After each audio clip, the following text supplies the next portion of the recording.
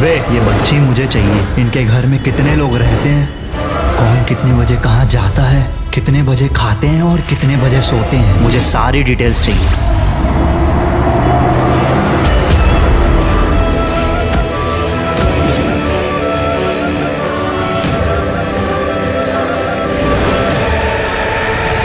Phone था बे, लगता है मुझे ही जाना पड़ेगा।